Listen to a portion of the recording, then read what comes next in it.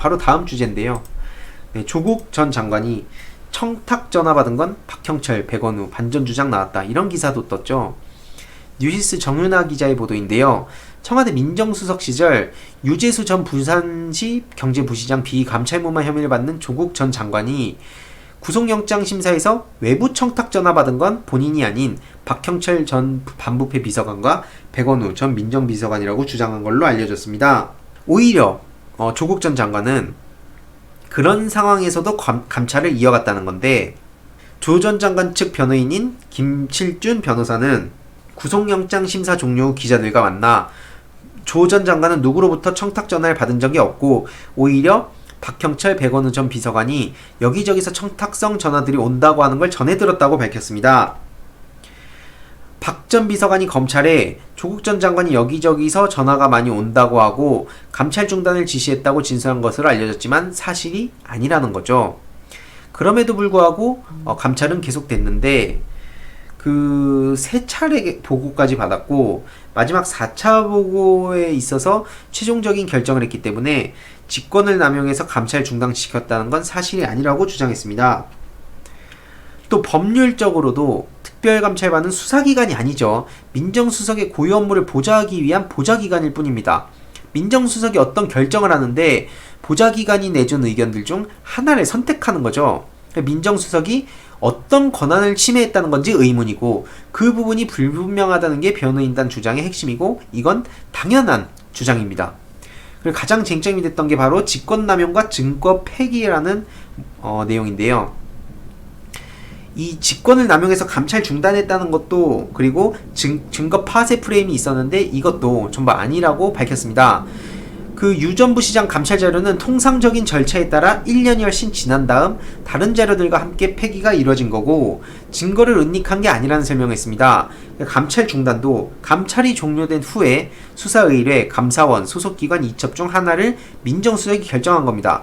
수사의뢰, 감사원, 소속기관 이첩 이 셋 중에 하나를 정한 거고 결국에는 그 금융위에서 유 전 부시장이 사표 처리된 걸 나중에 알았다는 취지로 말했다고 설명했죠. 감찰 중단은 처음부터 잘못된 프레임이고 오늘 오전 10시 반부터 그 서울 동부지법 건덕진 영장전담 부장판사의 심리로 직권남용 권리행사 방해 혐의 구속 전 피의자 신문을 받았고 심사는 4시간 20분 만에 종료했다고 합니다. 그래서 지금 현재 조국 전 장관은 영장 심사 결과가 나올 때까지 바로 옆 서울 동부구치소에서 대기 중이라고 합니다. 네, 원래는 어제 밤 늦게 나올 것으로 예측을 했었는데요. 지금 벌써 12시가 지난 상황입니다. 사실상 기각이 100%입니다. 기각이 100%인데 왜 이렇게 불안해하냐? 또 왜 기각이 100%라고 얘기하기가 참 쉽지 않냐? 결국에는 그 우리나라의 그 법원도 깨어있는 판사님들도 당연히 계시고 깨어있는 언론인, 깨어있는 검사 당연히 있습니다. 뭐 이문정 부장검사 같은 분들 계십니다. 하지만 대부분이 여전히 그 권력과 그 기득권과 소위 말해서 결탁을 하고 있기 때문에 우리나라 그 판사가 어떤 판결을 내릴지는 아직 저희가 명확하게 알 수는 없는 상황이라고 생각합니다. 그렇기 때문에 저도 당연히 상식선에서는 기각이 100%, 1000%라고 생각하지만 결국 그 우리나라 법원이라는 그 현실적 여건을 좀 따져봤을 때는 진짜 참 무조건 100%라고 말하긴 참 어렵다라고 개인적으로 생각을 합니다. 그래서 이 내용도 따로 영상을 올릴 예정이고요. 다음으로 조국 전 장관의 입장을 한 번만 짧게 보고 오도록 하겠습니다. 조국 검찰 영장 신청 내용 동의 못해 법리 기초한 판단 기대. 그래서 122일 무려 122일 동안 가족 전체의 전방위적 검찰 수사 혹독한 시간을 견뎠다고 밝혔습니다. 유재수 경제부시장의 그 청와대 감찰을 무마한 혐의를 받고 있다고 하는데 무려 122일 동안 가족 전체를 대상으로 하는 검찰의 끝이 없는 수사를 견뎠습니다. 정말 혹독한 시간이었다고 밝혔는데 검찰의 영장 신청 내용에 동의할 수는 없다고 밝혔습니다.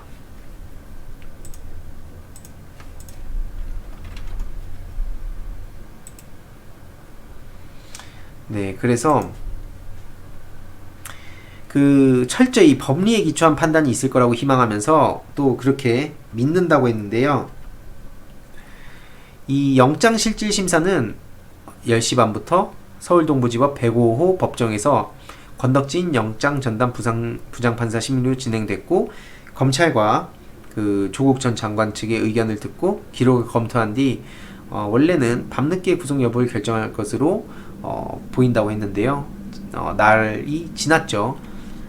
그래서 정말 진짜 감동인 건 이 조국 전 장관을 지지하는 시민들과 구속영장 발부를 촉구하는 시민들이 궂은 날씨에도 오전 9시부터 모였다고 합니다. 정말 그 조국 전 장관을 그 지지하는 시민들이 저 정말 대단하다고 생각하는 게, 저도 이제 집회를 거의 매주 참석했던 입장으로서 이 옆에서 정말 그 되게 혐오와 막말이 판치는 그런 가짜뉴스 유튜버들이 되게 많습니다. 그리고 그 스피커를 통해서 그 말 같지도 않은 소리 그 녹음해가지고 옆에 띄워놓고 굉장히 폭력적이고 그런 진짜 혐오 집단이라고 불리우는 그들을 바로 눈옆에서 보고 있어야 된다는 겁니다. 그것도 굉장히 추운 날씨에, 그것도 거의 오전 9시부터. 이러다가 진짜 24시간 날을 새시는 분들도 계실 텐데 진짜 대단하다고 개인적으로 생각을 합니다. 그래서 지금 구속영장 청구 관련해서 계속 그 결과가 아직 안 나오고 있는 상황인데, 유재수 전 부시장 비위 내용을 알고도 감찰 중단을 결정하고 유 전 부시장이 금융위원회에 사표를 내게 하는 선에서 사안을 마무리한 혐의를 받고 있다고 하는데요. 이렇게 밝혀졌죠. 조국 전 장관은 검찰 조사에서 당시 파악 가능한 유 전 부시장의 비위는 경미했으며 유 전 부시장이 감찰에 협조하지 않은 상황에서 강제 수사권이 없어 감찰 중단을 결정할 수밖에 없었다는 겁니다. 당연한 거죠. 오히려 강제 수사를 하면 그게 뭐가 됩니까? 민정수석의 그 고유의 업무의 그 권한을 침범하는 행동을 하는 거 아닙니까? 아니 아무튼 그래서 뭐 이런 지금 기사가 또 있는데요. 이 조국 전 장관 관련해서 정말 어디까지 저렇게 말도 안 되는 그 짓을 벌일지 참 저도 참 궁금하고 참 답답한 입장입니다. 근데 그렇게 생각합니다. 조국 전 장관이 검찰개혁의 일종의 그 상징이 된 상황이기도 했는데, 진짜 그 노노재팬 때부터, 그리고 과거에 박근혜 정부의 말 같지도 않은 행동을 할 때부터 굉장히 그 앞장서서 목소리를 냈던 인물 중에 한 명 아닙니까? 게다가 조국 전 장관은 여러모로 진짜 그 진보 세력의 일종의 그 상징적인 부분이 참 많습니다. 참 제가 안타까웠던 부분은 이 광화문 집회, 소위 말하는 그 태극기 그 세력이라고 불리우는 그들한테도 막 이렇게 미안한 마음을 전하기도 했었고요. 윤석열 총장한테도 굉장히 이제 인간적인 그런 대답을 했다는 것도 저는 정말로 대단하다고 생각합니다. 그래서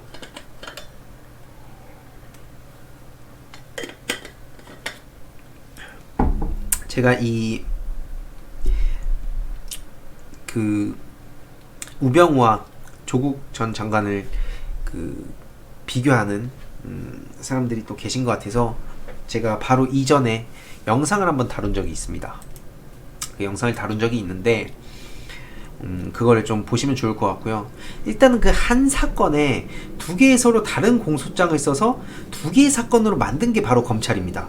일단 그리고 그 청와대의 민정수석의 직권까지도 지들 멋대로 그렇게 해석하고 그러면서 그걸 무기 삼아서 그 진짜 칼날을 들이대고 있는 상황이고요. 기소할 거를 묻어버리고, 예를 들어서 김학의 그리고 아까 그 검찰 내 고위 간부들, 그들의 정말 처벌받아야 되고 기소가 마땅한 사건들을 기소하지 않고 진짜 기소하면 안 될 것들을 기소하고 있는 게 바로 오늘날 대한민국의 검찰입니다. 그래서 어떻게 보면 진짜 이 대통령이라든가 진짜 국민의 뜻에 이렇게 부합한 문재인 대통령께서 뽑히셨는데 거기에 그냥 멋대로 칼날을 쑤시려고 하는 거예요. 그러니까 한마디로 요약해보자면 그들이 지금 그 열심히 프레임 짜가지고 조국 전 장관을 계속 공격하고 있는 직권남용, 권리행사 방해는 바로 지금 오늘날 검찰한테 시해야 될 거라는 거죠. 게다가 지금 유시민 그 노무현재단 이사장께서도 그 노무현재단의 그 후원 계좌를 또 들여다봤다는 그 내용이 밝혀졌었는데 그 내용도 제가 빠른 시일 내로 영상을 다루도록 하겠습니다. 아무튼 요 내용까지 제가 또 정리를 해가지고 여러분들께 좀 공유를 드리겠습니다.